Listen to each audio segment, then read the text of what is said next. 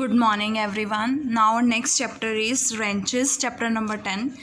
हमने लास्ट जो हमारा चैप्टर था फोर्सेस इन 3 डायमेंशन में हमने रेंच की डेफिनेशन पढ़ी थी. क्या होती है रेंच? जब हम एक सिस्टम ऑफ फोर्सेस को एक single force resultant force R में रिड्यूस कर देते हैं और with a couple of moment के जिसकी एक्सिस जो है वो कोइंसाइड करती है. जो कपल की एक्सिस है वो फोर्स के लाइन ऑफ एक्शन के साथ कोइंसाइड करेगी. तो आर और के जब टेकन टुगेदर क्या बनाते हैं?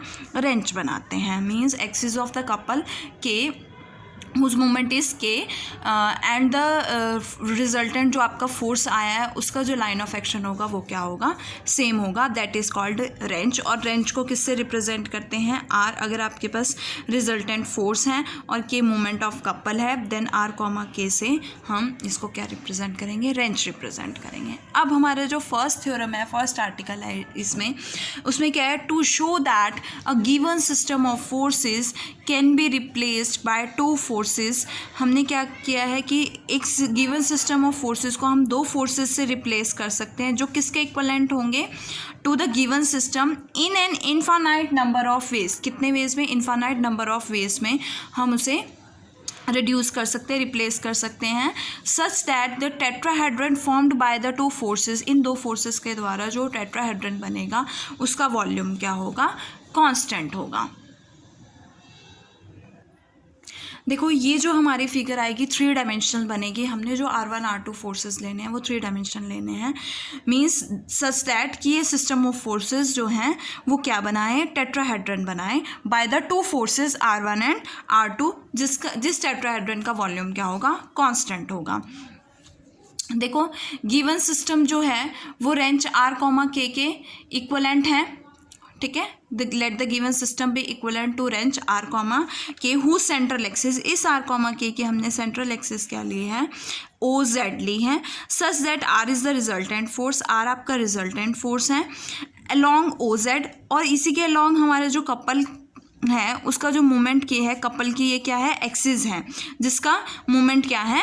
के है अबाउट ओ जेड.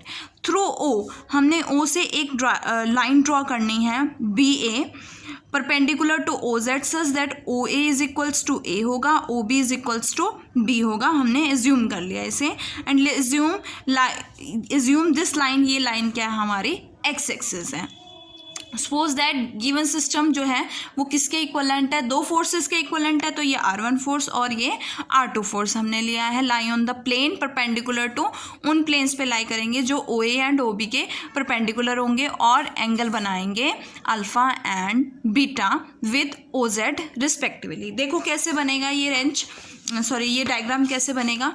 सपोज ये आपके पास ये जो है आपके पास ओ जेड एक्सिस है जिसके अलॉन्ग हमारा आर फोर्स है और के जो है कपल है. R1 R2 आपके जो 2 फोर्सेस हैं वो इसके परपेंडिकुलर होंगे. वो किस तरह से होंगे? R2 in upward direction and R1 in downward direction. और दोनों क्या होंगे? परपेंडिकुलर होंगे इस तरह से. ओके देखो इस तरह से. अब देखो इस तरह से परपेंडिकुलर है. ये आपके पास R2 फोर्स है इस तरह से अपवर्ड डायरेक्शन में और ये जो आपके पास R1 फोर्स है. और जो ये लाइन्स हैं ये इनकी वर्टिकल्स हैं. This is vertical of R2 के साथ है जो मतलब जो OA के OB और लास्ट लाइन जो नीचे वाली लाइन AB है एक्स एक्सिस के क्या होंगी? परपेंडिकुलर होंगी. ठीक है. अब देखो ये जो R2 है ये इस वर्टिकल के साथ क्या एंगल बना रही है? बीटा एंगल बना रही है. ये R1 जो है जो इस तरह से है ये अल्फा एंगल बनाएगी. सबसे पहले हमने क्या किया है? रिजॉल्व किया है फोर्सेस को along O Z and perpendicular to O Z. This is O Z. अगर मैं इसके अलॉन्ग रिजॉल्व करती हूँ, ये R2 है. R2 के 2 कंपोनेंट्स होंगे इन परपेंडिकुलर डायरेक्शन.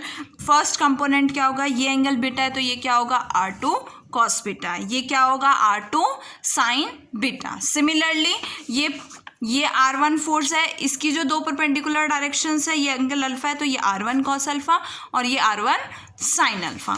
अब मैं अपवर्ड डायरेक्शन में देखती हूँ तो मेरे पास कौन कौन से फोर्सेस है? R1 cos alpha plus R2 cos beta is equal to resultant का क्या है? R cos 0. So we get R1 cos alpha plus R2 cos beta is equals to R cos 0 cos 0 1, that is R. ये first हो गया. अगर मैं perpendicular direction में resolve करती हूँ तो मेरे पास क्या आएगा, इस डायरेक्शन में R2 साइन बीटा है, इस डायरेक्शन में R1 साइन अल्फा है. तो R1 sine alpha is equals to क्या होगा, R2 साइन बीटा, या मैं लिख सकती हूँ R1 साइन अल्फा और नेगेटिव का R2 साइन बीटा आएगा क्योंकि ये इस तरफ है, नेगेटिव एक्स एक्सिस की तरफ है. ओके, तो यहाँ से क्या बनेगा, R1 sine alpha minus R2 sine beta is equals to 0. अब मुझे क्या फाइंड आउट करना है, movement of the forces about a line find out करना है. अगर मैं मूवमेंट फाइंड आउट करना चाहती हूँ तो मूवमेंट का फॉर्मूला क्या होता है, force into shortest distance into sine of the included angle, जो आपने पहले मूवमेंट चैप्टर में किया हुआ है. अब मैं बात करती हूँ फर्स्ट फोर्स की. फर्स्ट फोर्स क्या है, R1 है, ये R1 फोर्स है. इसका अबाउट OZ एक्सिस अगर मैं मूवमेंट लेती हूँ तो इस R1 का जो परपेंडिकुलर डिस्टेंस है वो क्या है, A है ना. तो A परपेंडिकुलर डिस्टेंस हो गया. फोर्स क्या होगा, R1 और एंगल ऑफ साइन अल्फा, तो ये क्या बनेगा, साइन अल्फा बनेगा. जो जिस लाइन के अबाउट आपको मोमेंट फाइंड आउट करना होता है फोर्स का, उस लाइन के अबाउट जो है एंगल जो होगा that is sine of that angle. तो हमारे पास क्या आएगा, A R1 sine alpha. Similarly R2 का डिस्टेंस B है तो B R2 sine beta is equal to K. तो खुद ही मूवमेंट है तो यहाँ से क्या आएगा, K आएगा. अब सेकेंड जो है हमारा अब मुझे किस डायरेक्शन में लेना है, परपेंडिकुलर डायरेक्शन में लेना है. तो परपेंडिकुलर डायरेक्शन में क्या होता है, साइन अल्फा का क्या हो जाएगा, 90 माइनस अल्फा, तो क्या बनेगा कॉस अल्फा. बीटा का क्या हो जाएगा, 90 माइनस बीटा, तो कॉस 90 माइनस बीटा. अब देखो जो हमारा परपेंडिकुलर डायरेक्शन में R1 का बनेगा वो किस तरफ बनेगा, डाउनवर्ड बनेगा. और R2 का जो मूवमेंट होगा वो किस तरफ होगा, अपवर्ड होगा. तो डाउनवर्ड के केस में आप क्या लेते हो, नेगेटिव साइन, तो इसलिए यहाँ पे क्या आएगा, नेगेटिव साइन आएगा. और एक और बात कि अगर मैं इसको पेन से शो करूँ तो ये मेरे पास एक्सिस है, एक्स एक्सिस, ये मेरे पास R2 फोर्स होगा, तो मेरे पास R1 फोर्स किस तरफ होगा, इस तरफ होगा, इस डायरेक्शन में, इस तरह से है ये फोर्सेस. और यहाँ पे इसकी वर्टिकल बनेगी, ये वर्टिकल बनेगी, और इस फोर्स की वर्टिकल यहाँ पे इस तरह से बनेगी. और ये जो फोर्स है R1 और ये जो फोर्स है R2, ये क्या रहेंगे, इस एक्सिस एक्स एक्सिस के साथ परपेंडिकुलर रहेंगे. ठीक है, अब देखो आ जाओ, ये दोनों मोमेंट्स के आपके पास इक्वेशंस आ गई हैं और दोनों ही आपके पास रिजॉल्विंग की इक्वेशंस आ गई हैं. देखो यहाँ से क्या आएगा, R1 cos alpha is equals to A R1 cos alpha is equal to B R2 cos beta होगा. यहाँ से R1 cos alpha upon B is equals to R2 cos beta upon A हो जाएगा.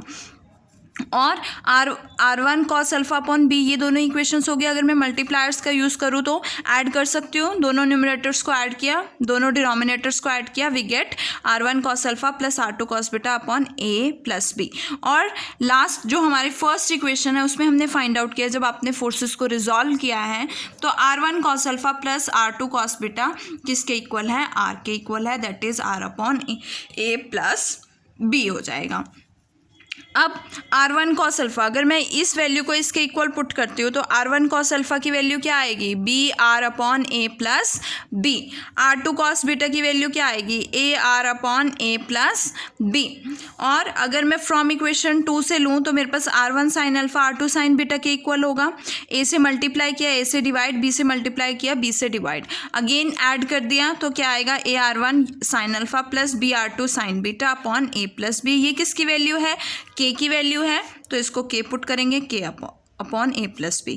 जब फर्स्ट और last को equate करोगे तो R1 साइन अल्फा की वैल्यू आएगी, सेकेंड और लास्ट को इक्वेट करोगे तो R2 साइन बीटा की वैल्यू आएगी.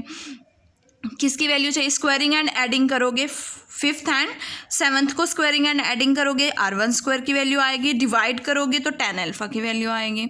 और 6 एंड 8 को स्क्वायरिंग एंड एडिंग करोगे तो R2 स्क्वायर की वैल्यू आएगी, और डिवाइड करोगे तो tan बीटा की वैल्यू आएगी. तो 10 अगर आपके पास A B R के गिवन हैं तो हम किसकी वैल्यूज़ फाइंड आउट कर सकते हैं, R1 R2 alpha beta. But A and B are arbitrary, A और B क्या है, आर्बिट्रेरी है। तो there are an infinite number of ways in which the given system can be replaced by two forces. तो हमारे पास arbitrary veg कैसे हुए, जैसे हमने जो ए और बी लिया है, आर्बिट्रेरी लिया है, कोई भी नंबर्स लिए हैं तो हम उसको इन्फानाइट वेज में ले सकते हैं ना, तो इसलिए हमारे पास इन्फानाइट नंबर ऑफ वेज होंगे जिसमें हम गिवन सिस्टम को दो फोर्सेस से रिप्लेस कर सकते हैं। और let A C and B D represent the forces R1 and R2। अब बात करते हैं सेकेंड की टेट्राहेड्रन की बात करते हैं। तो वॉल्यूम ऑफ टेट्राहेड्रन क्या होगा, हमने ये जो फोर्सेस ड्रॉ किए हैं R1 R2, ये क्या बनाएंगे, एक टेट्राहेड्रन बनाएंगे। देखो टेट्राहेड्रन फिगर कैसे बनेगी, अगर मैंने C इस R1 फोर्स, ये R1 फोर्स को और ये R2 फोर्स के इसके एंड पॉइंट्स को ज्वाइन किया, C और D को ज्वाइन किया, और इस D से इस डायगोनल पे इस डी से परपेंडिकुलर ड्रॉ किया है, BC पे परपेंडिकुलर ड्रॉ किया है, तो आप देखोगे तो ये क्या बन रहा है, एक टेट्राहेड्रन की फिगर बन रही है। अगर मैं इस टेट्राहेड्रन का वॉल्यूम फाइंड आउट करना चाहती हूँ, मीन्स मुझे क्या प्रूव करना है कि वॉल्यूम ऑफ टेट्राहेड्रन क्या है, कांस्टेंट है।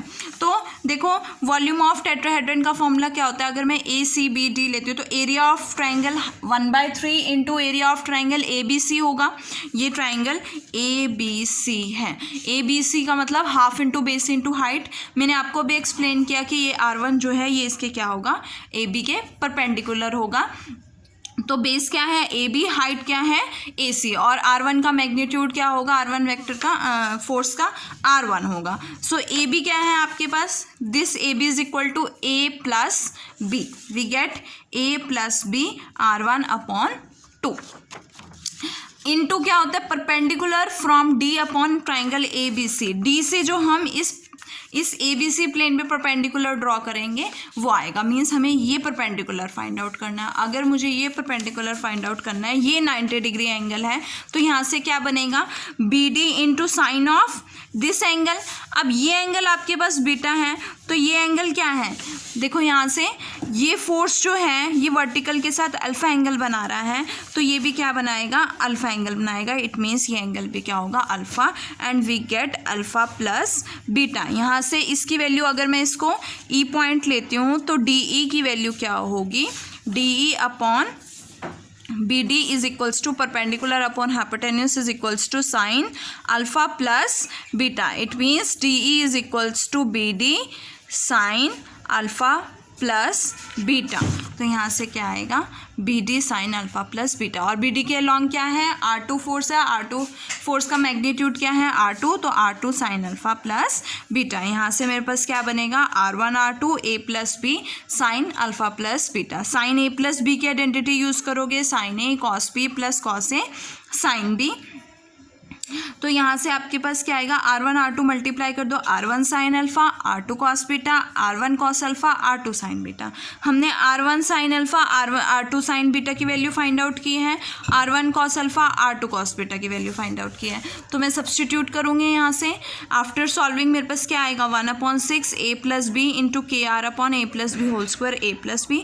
ये कैंसल, ये टर्म इससे कैंसल, मेरे पास क्या बचा, KR/6। It means volume of tetrahedron क्या होगा, कांस्टेंट होगा। नाउ इस आर्टिकल से रिलेटेड हमारा एक क्वेश्चन है, दैट इज एग्जाम्पल नंबर 1। देखो एग्जाम्पल नंबर 1 क्या है, P and Q are two non intersecting forces. P और Q आपके पास दो नॉन इंटरसेक्टिंग फोर्सेज हैं, and whose direction are perpendicular, दोनों के डायरेक्शन परपेंडिकुलर है। अगर P फोर्स, सेम डायग्राम होगा जो मैंने आपको रेंच में अभी इस आर्टिकल में शो किया है 3D में, वैसे ही सेम होगा। थीटा एंगल बना रहा है, ये फाई एंगल बना रहा है, मीन्स ये दोनों परपेंडिकुलर है, तो इन दोनों का सम क्या होगा, π/2 होगा। तो phi is equal to π/2 minus theta. जैसे आपने रिजॉल्व किया तो P cos theta plus Q cos phi, phi के प्लेस पे क्या आएगा, π/2 माइनस थीटा, तो क्या बनेगा, साइन थीटा बनेगा। That is P cos theta plus Q sine theta is equals to R। Similarly perpendicular resolve करोगे तो P sine theta minus Q sine phi आता है, फाई क्या है, π/2 माइनस थीटा, तो यहाँ से क्या बनेगा, कॉस थीटा बनेगा।